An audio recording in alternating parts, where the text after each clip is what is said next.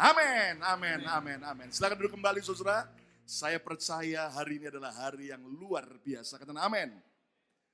Saya bersyukur kalau kita boleh berada di dalam perayaan Paskah 2014.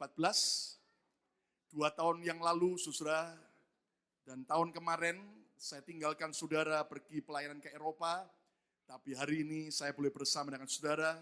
Saya percaya bahwa ada blessing khusus buat saudara dan saya untuk Paskah tahun 2014. Tepuk tangan yang meriah untuk kemuliaan nama Tuhan. So sekali mari kita lihat satu ayat. Ada seorang yang sangat diurapi Tuhan. Dan orang ini adalah suara yang berseru-seru di padang gurun. Sebelum kedatangan Yesus yang pertama. Dan orang ini adalah Yohanes Pembaptis. Dan satu saat ketika Yohanes Pembaptis melihat Yesus, apa yang dikatakan oleh Yohanes tentang Yesus. Lihat Yohanes pasal yang pertama, ayat yang ke-29. Yohanes pasal yang pertama, ayat yang ke-29. Pada keesokan harinya, Yohanes melihat Yesus datang kepadanya. Dan ia, Yohanes Pembaptis berkata, lihatlah anak domba Allah. Behold the Lamb of God yang menghapus dosa dunia. Lihatlah anak domba Allah. Ucapkan 2, 3. Lihatlah anak domba Allah yang menghapus apa? Dosa dunia. Bahkan ini ayat diulang kembali di ayat yang ke-36. Yohanes 1:36. Dan ketika ia, Yohanes Pembaptis melihat Yesus lewat, kembali ia berkata, lihatlah anak domba Allah. Behold the Lamb of God. Lihatlah anak domba Allah. Tahukah saudara sekalian bahwa di perjanjian lama dan di perjanjian baru, Tuhan seringkali muncul dengan rupa yang berbeda. Dan dalam pelajaran teologi itulah yang disebut dengan tipologi. Kalau Anda ingat bahwa Yesus bisa muncul dalam berbagai atribut, dia bisa disebut sebagai anak domba Allah. Dan Yesus muncul dalam atribut sebagai domba Allah. Yesus juga bisa muncul sebagai singa dari Yehuda. Yesus juga bisa muncul sebagai bintang Daud, tunas Daud, dan panglima perang pada zaman Yosua sebelum mengalahkan Yeriko, dan masih banyak lagi. Tetapi saudara, ketika Yesus datang pertama kali dan waktu Yohanes Pembaptis melihat dia, Yohanes berkata, behold the Lamb of God. Lihatlah anak domba Allah. Kata melihatlah bukan sekedar asal melihat, tetapi Tuhan mau agar kita betul-betul memperhatikan dari hidup Yesus. Kita memperhatikan dengan sesama dan kita menarik sebuah pelajaran. Saya yakin di sini bagi cowok-cowok para pria yang belum menikah, Anda melihat wanita kebanyakan dengan Anda melihat seorang wanita yang Anda jatuh cinta, pasti akan berbeda. Anda kalau lihat wanita kebanyakan, Anda cuma lihat sambil lewat aja. Tapi kalau begitu Anda lihat ada seorang wanita yang menawan dan betul-betul gitu. Dan hati sudah mulai dak-dikduk. Saya yakin sejak itu maka penglihatan saudara akan betul-betul memperhatikan wanita tersebut. Cuman saya pesan, jangan ada yang memperhatikan dengan begitu teliti terhadap istri saya. Biar saya pendeta, tapi kalau sudah ganggu istri saya, bisa berurusan pribadi. Nah, behold the Lamb of God. Lihatlah anak domba Allah.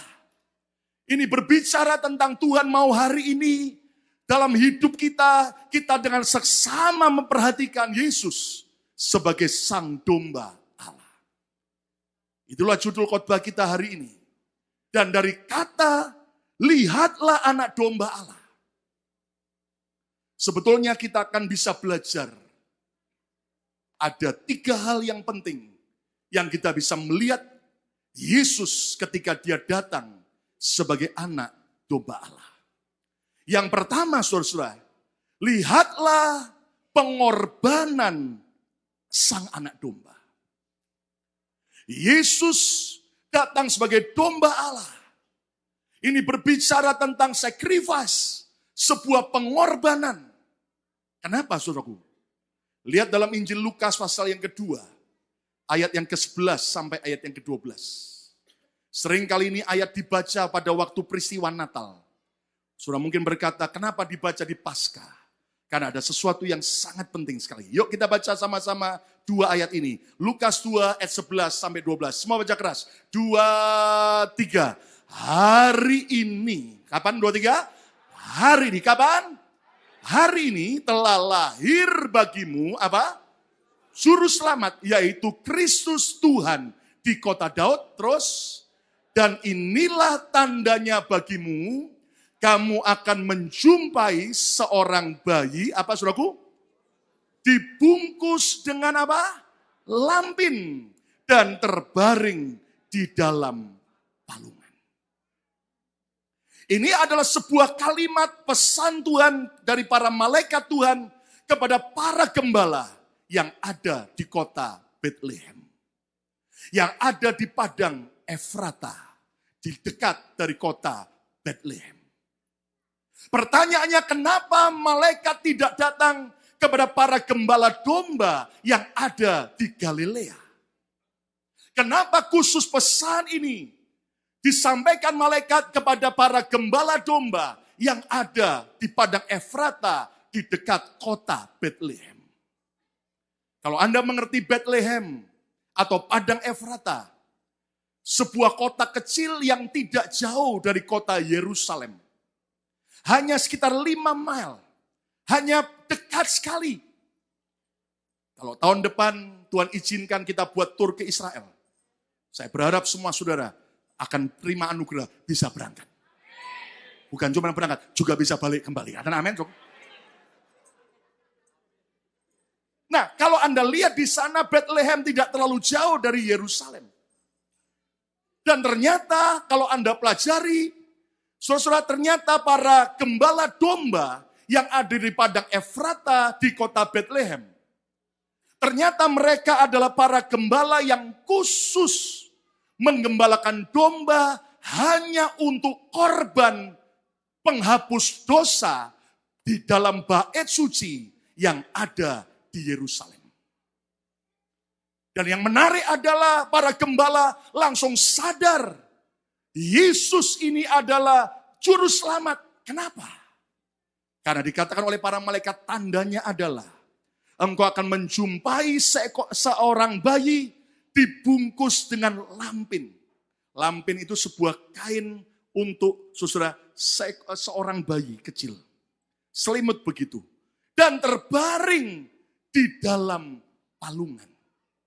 Palungan di sini adalah tempat makan bagi apa? Domba. Juga tempat makan bagi keledai. Tapi yang menarik begini saudaraku. Tahukah saudara-saudara kenapa Yesus harus lahir dan kemudian dibungkus dengan lampin dan ditaruh di palungan? Anda harus mengerti begini. Para gembala-gembala yang ada di padang Efrata, mereka punya kebiasaan. Mereka karena khusus untuk mempersembahkan kambing, merawat kambing domba hanya untuk korban di Yerusalem yang di dalam bait suci. Sebuah domba yang jantan, yang tidak ada cacat dan celahnya. Maka menurut tradisi Yahudi, kebiasaan mereka adalah begini. Mereka akan cari domba yang jantan, yang sehat, yang sempurna, tidak bercacat. Dan dia cari sebuah betina domba yang bagus, yang tidak bercacat, lalu dikawinkan. Dan kemudian ketika akhirnya betina itu melahirkan, maka para gembala akan menunggu. Mereka akan melihat ketika melahirkan beberapa anak anak domba. Ya, enggak mungkin anak monyet yang keluar. Anak domba, tiba-tiba saudaraku, dilihat apakah jantan dan apakah cacat. Kalau mereka jumpai betina, tidak boleh untuk korban di bait suci yang di Yerusalem. Kalau jantan tapi cacat, kakinya agak pengkor. Do you know pengkor? Ya kan? Agak cacat, oh ini nggak boleh buat korban. Tapi begitu keluar lahir seekor anak domba yang tidak bercacat, jantan. Maka apa yang dikerjakan oleh para gembala, mereka akan langsung mengambil anak domba yang jantan tidak bercacat. Lalu mereka membungkus dengan kain lampin. Dan mereka taruh di dalam palungan. Tujuannya apa? Karena mereka tidak mau anak domba jantan yang tidak bercacat ini, kalau sampai jatuh dan kemudian kakinya cacat, maka tidak boleh jadi korban persembahan di bait suci di Yerusalem. Jadi begitu saudaraku mereka lihat sempurna, mereka bungkus baik-baik supaya tidak jatuh. Lalu ditaruh di dalam palungan tempat makan daripada domba. Supaya apa? Ditunggu sampai dia kuat sendiri. Anak domba ini kuat dan dia bisa berdiri. Dan akhirnya dia bisa diturunkan dan digembalakan dengan domba-domba yang lain. Waktu para gembala domba lihat Yesus, bayi itu ditutup dengan lampin dan di dalam palungan. Mereka langsung tahu Yesus adalah korban penebus dosa yang sempurna buat saudara dan saya. Tepuk tangan yang meriah untuk kemuliaan Tuhan. Katakan haleluya. Lihatlah pengorbanan anak domba Allah. Minggu kemarin saya tahu di kota Philadelphia begitu cepat tersebar berita heboh di gereja Bethany, Philadelphia. Di kebaktian jam 10, ada jemaat yang punya 3 orang anak, putra. Putra dan putri. Putra semua kan? 3 putra. Dan ternyata mendadak ibunya kaget. Waktu turun ke sekolah minggu di bawah, BKC. Anaknya yang kedua kok tidak ada. Langsung panik. Dan kemudian saudaraku, nangis sedih. Apalagi ada anak yang memberi info. AI, saya tadi lihat ada anak yang keluar dari gedung gereja, keluar. Tambah panik. Dan informasi yang diberikan, beberapa menerima bajunya orange, celananya biru, tapi yang lain yang mencoba membantu mencari, keliru, bajunya biru. Padahal bajunya orange warnanya, saudaraku. Anda tahu, ketika sang ayah juga mendengar berita itu, sang ayah juga ikut menangis. Kenapa anak saya bisa hilang? Ribut. Beberapa teman-teman coba cari di luar sampai ke lubang-lubang subway. Sambil teriak-teriak nama anak itu. Beberapa bantu coba cari ke seluruh gedung gereja ini sampai ke basement. Sambil teriak-teriak. Dan ada saudaraku beberapa anak-anak Sunday School akhirnya mereka semua dibawa masuk lagi ke dalam ruangan. Mereka gandengan tangan sembahyang bahasa roh. Mereka berteriak, anak itu dipanggil supaya kembali ditemukan. Itu anak-anak dengan air mata berdoa. Dan Anda tahu saudaraku ternyata hampir 1 jam belum ketemu. Sampai akhirnya dipanggillah polisi. Dan polisi pun datang. Dan berusaha supaya kebaktian jam 10 dihentikan. Dan semua orang harus dievakuasi dulu. Dan Anda tahu saudaraku ternyata beberapa teman coba deal di bawah. Jangan sampai terganggu dulu. Dan sebagainya. Polisi mulai naik. Dan ternyata Anda tahu. Itu anak dari awal kebaktian. Sudah ada di depan di sini. Saudaraku. Dengan salah seorang jemaat yang lain. Anak itu sedang asik dengar khotbah saya. Saudaraku. Dan betapa bahagianya orang tua. Waktu anak yang dikira hilang, ternyata sudah ditemukan. Sukacita. Sudah coba bisa bayangkan. Punya 3 anak, mau hilang 1 aja. Nangis sedih.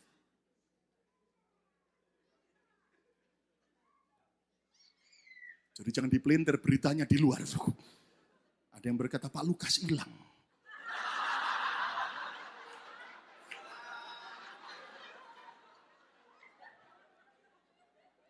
Semakmur ini tidak akan hilang.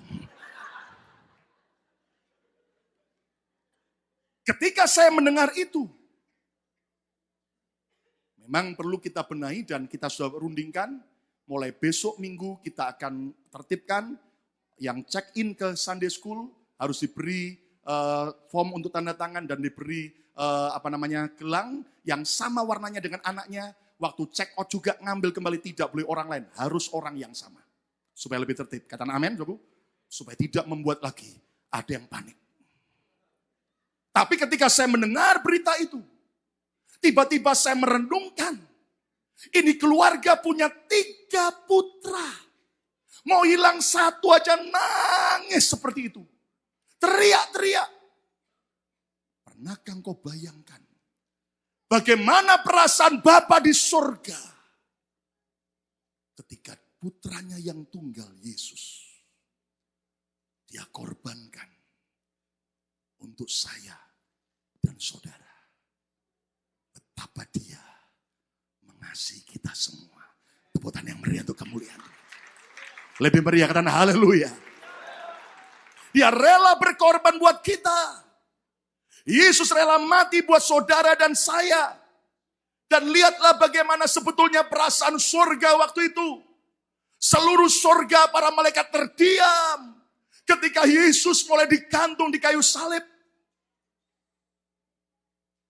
Dan Mel Gibson pun juga mendramatisir tiba-tiba ada setitik air dari surga turun kena Yesus. Ibarat air mata Bapa. Saya mau beritahu sama saudara, dia telah berkorban buat kita. Yesus telah mati untuk menebus dosa saya dan saudara karena cintanya buat kita semua. Tepuk tangan yang meriah untuk kemuliaan Tuhan. Bayangin kalau punya 3 putra mau hilang 1. Mungkin berkata enggak apa-apalah. Tapi tetap orang tua cinta sayang. Apalagi cuman 1 putranya.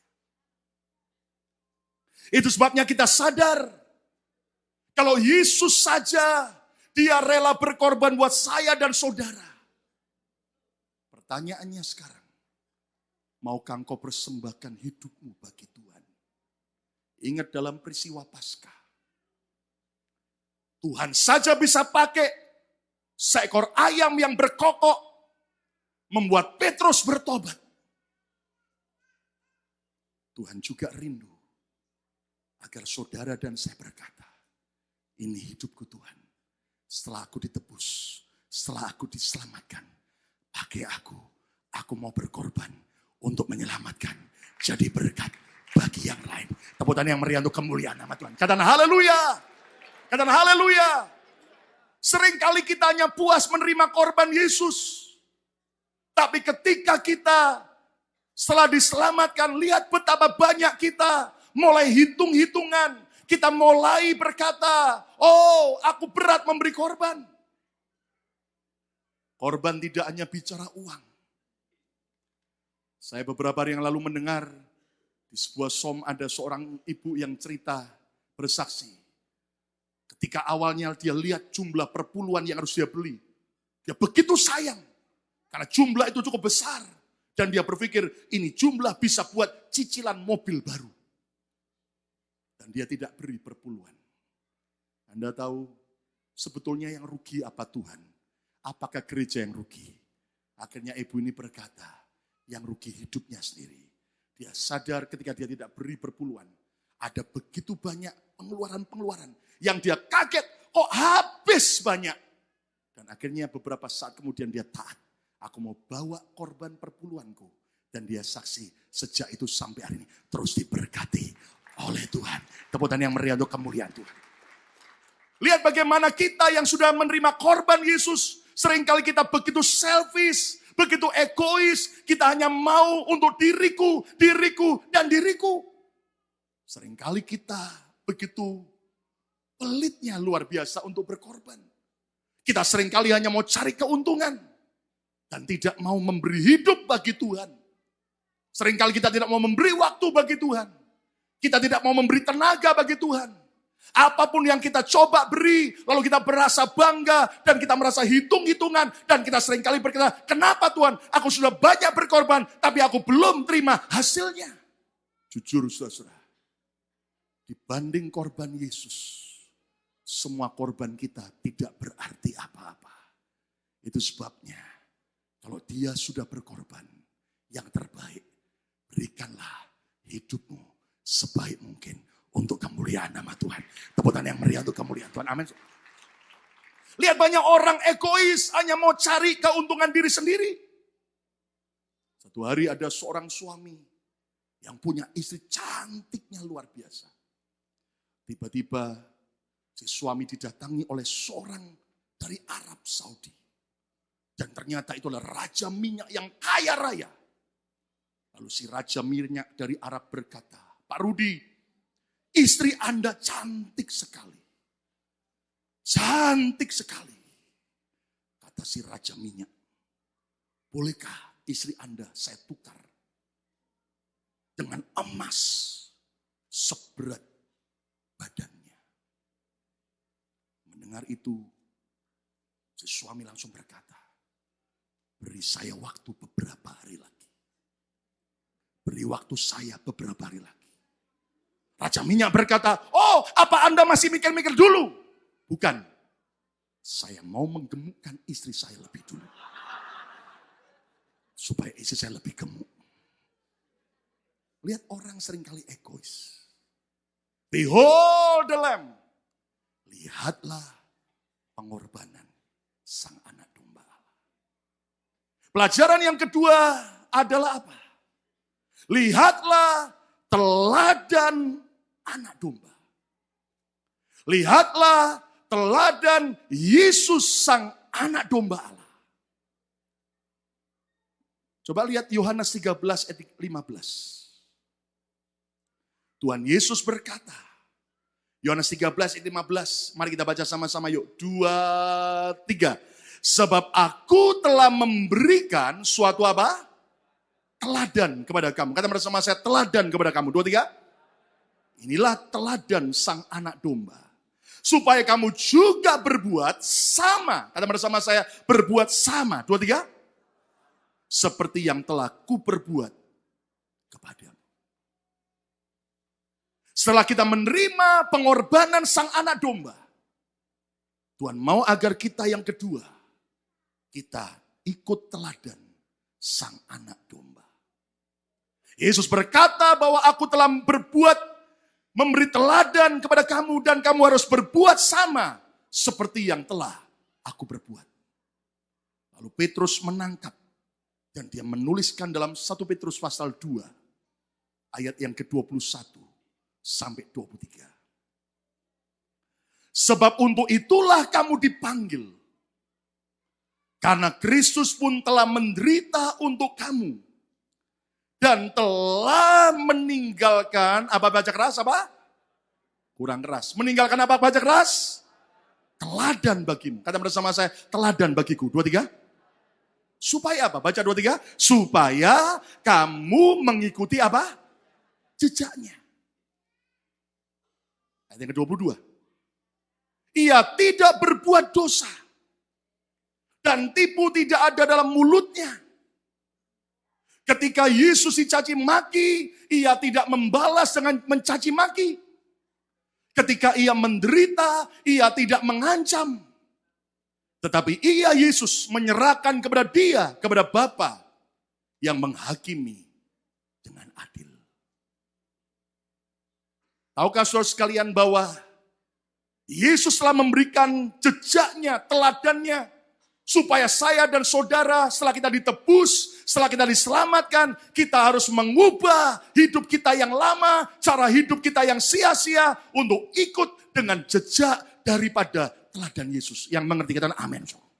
Saudara-saudara, hari-hari ini dunia sudah bosan dengan orang yang hanya cuman pintar berbicara, tapi ternyata tidak memberi teladan.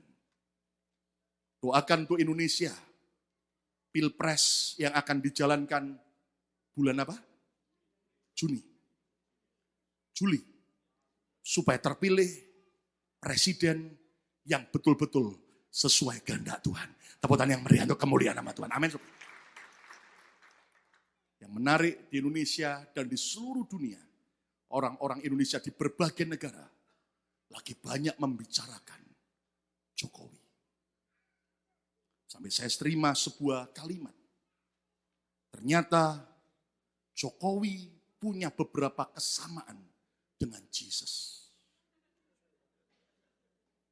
Karena mereka antara Jokowi dan Yesus. Yang pertama persamaannya sama-sama nama mereka awalnya berinisial dengan huruf J. Jokowi, Yesus. Yang kedua, sama-sama anak tukang kayu. Jokowi anak tukang kayu, Yesus juga anak tukang kayu. Kesamaan yang ketiga, Jokowi mencintai orang kecil. Yesus juga sama-sama mencintai orang kecil. Persamaan yang keempat, Jokowi sama-sama suka belusukan, menemui rakyat kecil.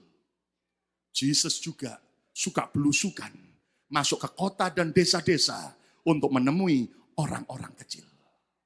Dan persamaan yang kelima, antara Jokowi dan Yesus katanya, mereka sama-sama orang Jawa Tengah.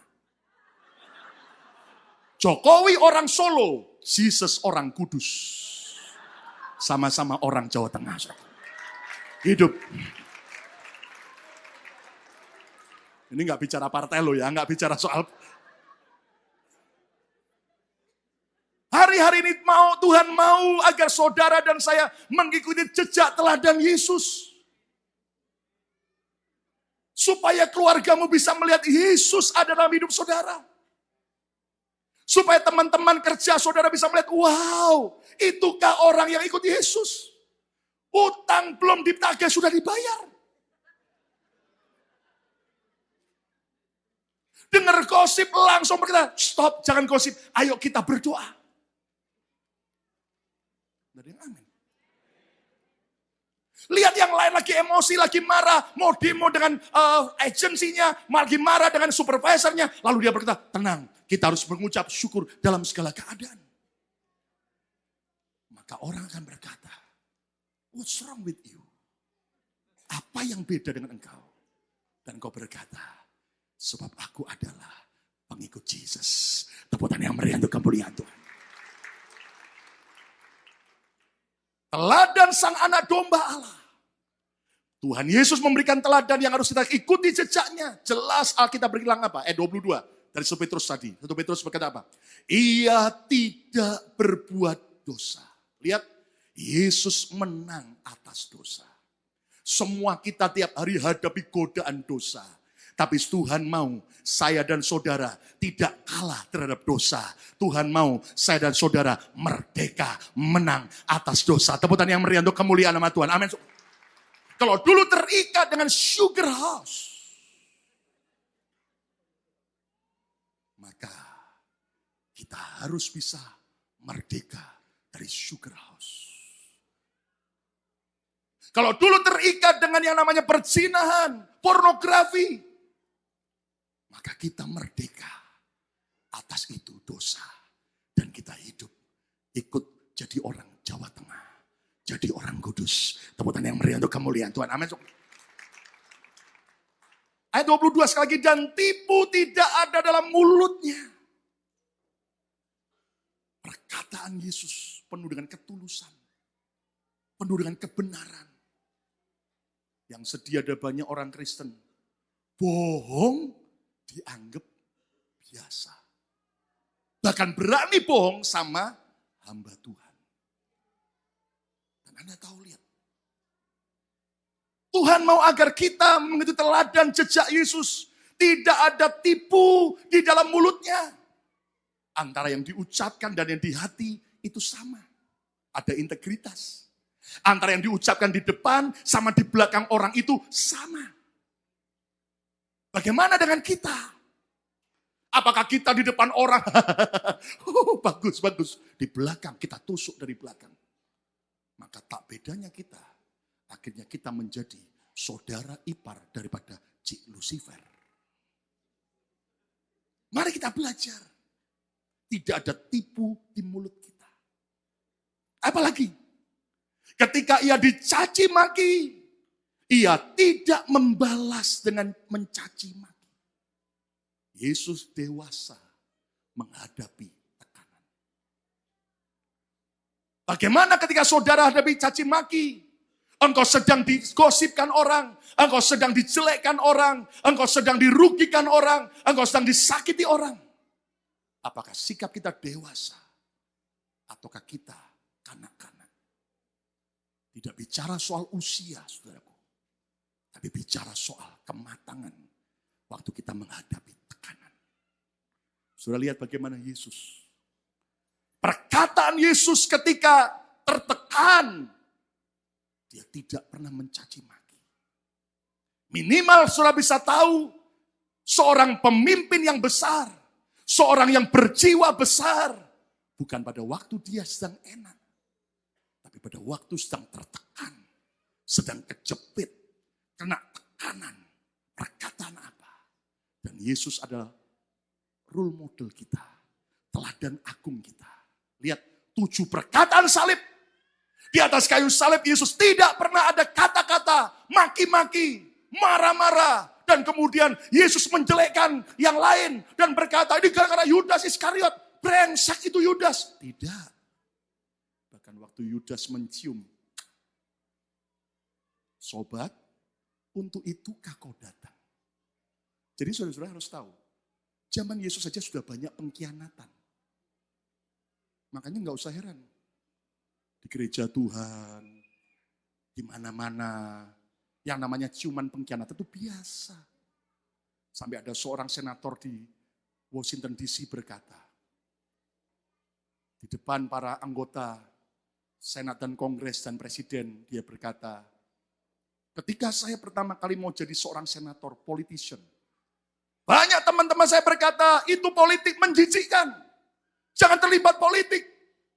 Sangat kotor. Lalu dia berkata pada sobat dan keluarganya, kamu lupa ya, saya ini bertahun-tahun jadi diaken di gereja. Dan kalian harus tahu di gereja, yang namanya tusuk-menusuk dari belakang, itu sudah biasa. Kalau saya masih hidup hari ini, berarti kalau saya masuk ke politik, itu sudah biasa. Dan itu sebenarnya sindiran yang sangat mengerikan. Lihat berapa banyak kita ternyata tidak ikut jejak teladan Yesus. Apalagi saudaraku, ketika ia menderita, ia tidak mengancam. Tapi dia bersyukur. Dia bisa lepaskan pengampunan.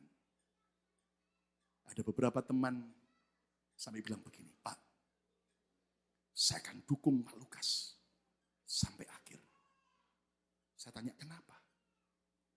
Karena saya sudah melihat, saya saksikan ketika hadapi tekanan, tetap tidak goyah dan tetap percaya Tuhan turut bekerja mendatangkan kebaikan dalam segala perkara.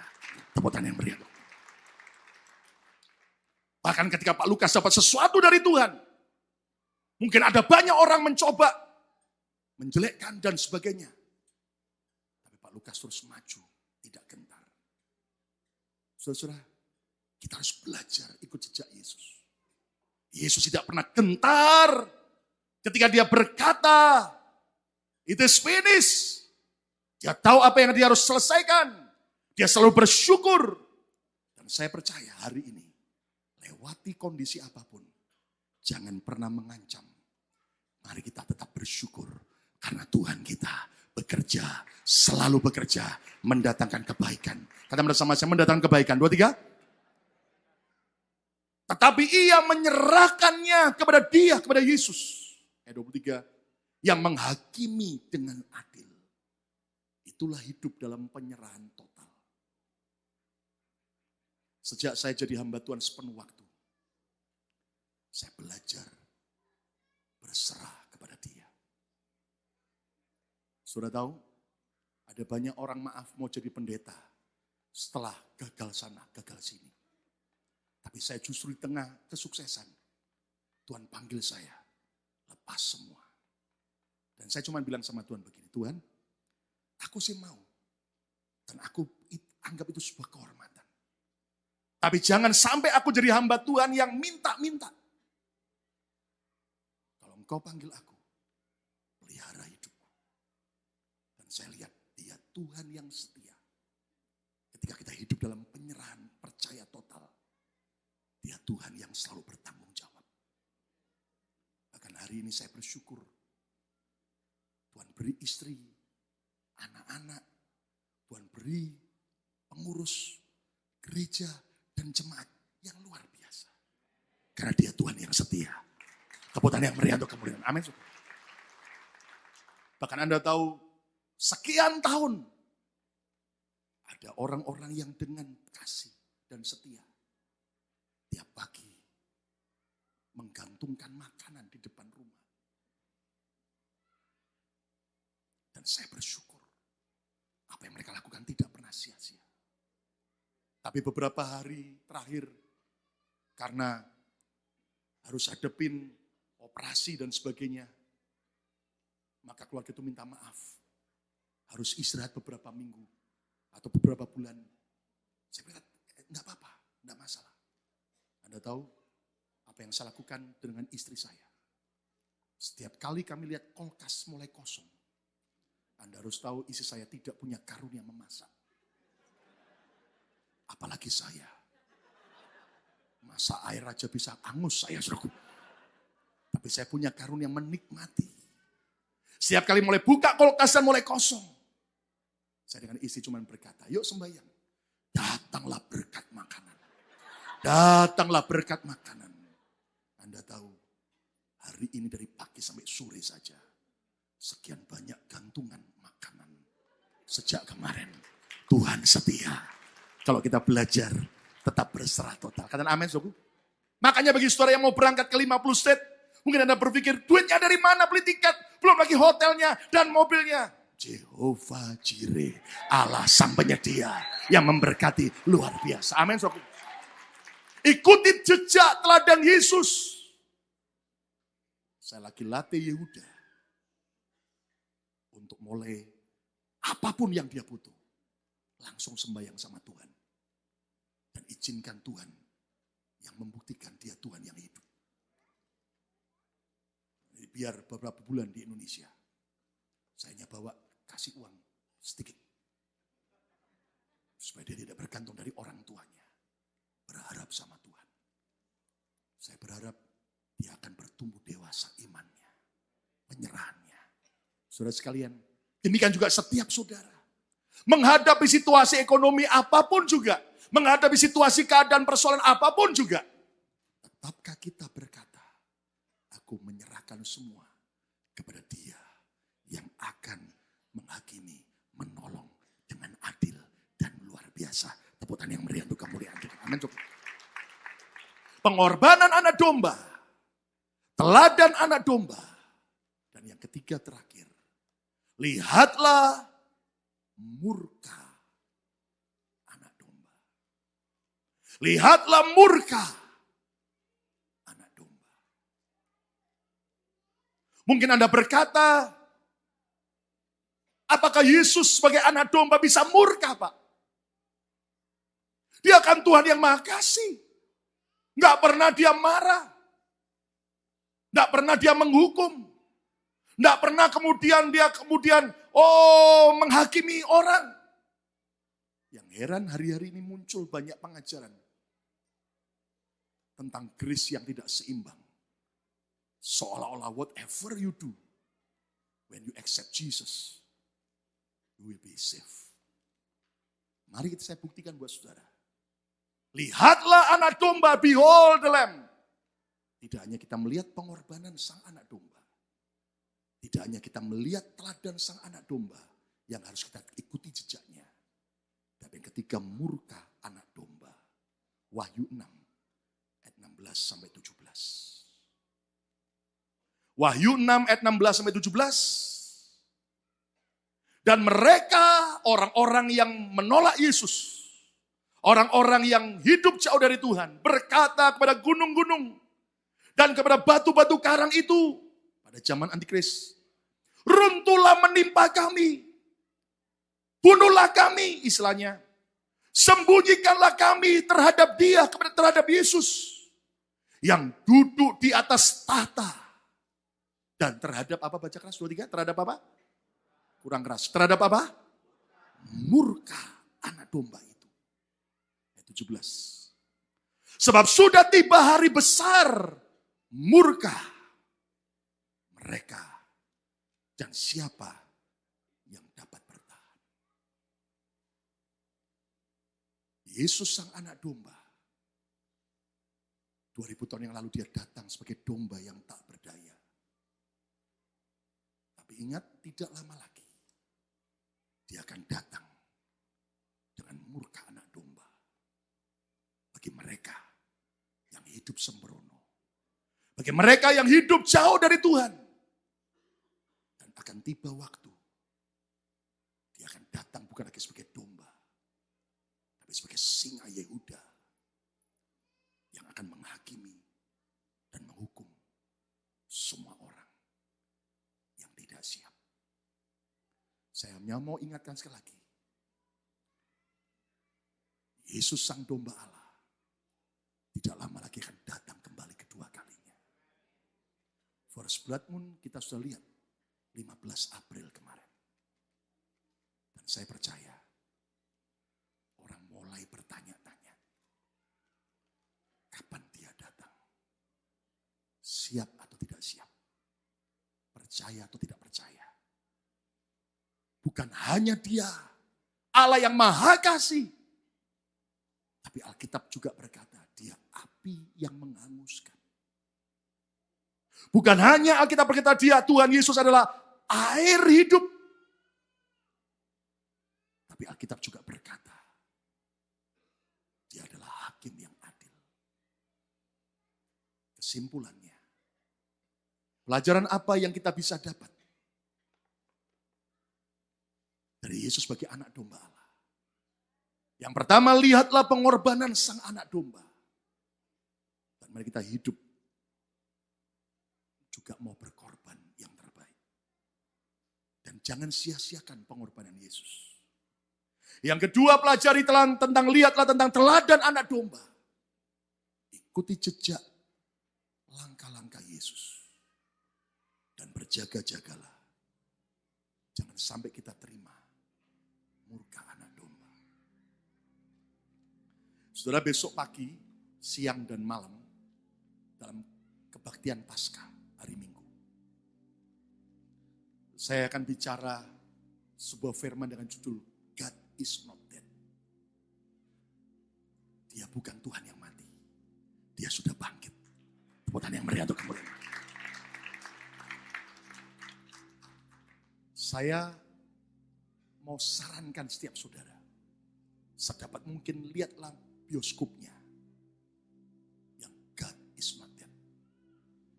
Wajib, apalagi anak-anak muda. Ada beberapa film Kristen dari Hollywood di bioskop. Ada God is not dead. Saya sarankan.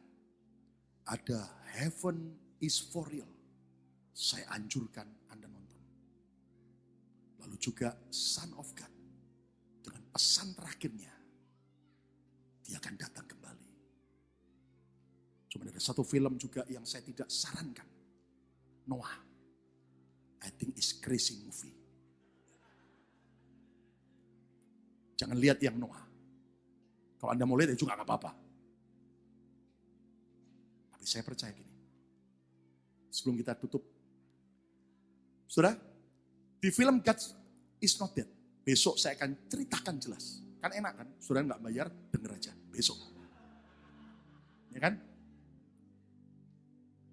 Tapi itu isinya sebetulnya penginjilan. Dan Anda tahu, anak-anak kita di sekolah di Amerika, SMA dicekokin. Filosofi. Sejak SMA, apalagi di university. Tidak percaya tentang Tuhan. Tuhan itu mati. Dan di film itu, profesornya mengajak supaya semua siswa diberi kertas dan menulis God is dead dan tanda tangan. Semua buat begitu. Tapi ada satu anak Tuhan, dia menolak. Singkatnya dia suruh berdebat dan besok saya ceritakan. Tapi ada satu nama yang dicantumkan di papan tulis oleh profesor itu. Namanya adalah Frederick Nietzsche. Friedrich Nietzsche. Nietzsche ini, saudaraku, adalah seorang anak yang lahir di Jerman. Dia anak dari pendeta gereja Lutheran. Bukan hanya papanya pendeta, kakeknya juga pendeta. Bukan hanya kakeknya, kakek buyutnya juga pendeta. Tapi satu hari Friedrich Nietzsche, dia tinggalkan Yesus. Dan dia membuat sebuah dalil. God is dead. Dan di tembok Berlin waktu belum diruntuhkan, dia ambil sebuah, bukan di tembok Berlin, di tembok di Jerman. Ya, dia tulis sebuah tulisan besar-besar dengan sebuah cat. God is dead. Dan di bawahnya tulisi tanda tangannya Nietzsche, namanya dia. Cucunya pendeta, anaknya pendeta. Bisa jadi seperti itu. Dia lawan Tuhan. Dia marah dengan Tuhan. Dia tantang Tuhan. God is dead. Dia tanda tangan ini, Nietzsche. Anda tahu. Anda nanti bisa Google, cari siapa orang ini. Apakah Tuhan hanya Tuhan yang bermurah? Dia beri kesempatan sekian lama, Nietzsche bertobat. Tetap dia keraskan hati. Tidak, God is dead. Aku tidak percaya Tuhan. Sampai Anda tahu sejarah hidupnya. Friedrich Nietzsche akhirnya jadi gila. Masuk rumah sakit jiwa. Saking pintarnya katanya. Jadi Sableng. Masih saudara kembarnya Viro Sableng. Jadi gila. Dan waktu Friedrich Nietzsche mati, orang-orang Kristen menulis di sebelah tulisannya di tembok itu, Nietzsche is dead. Yang tanda tangan God.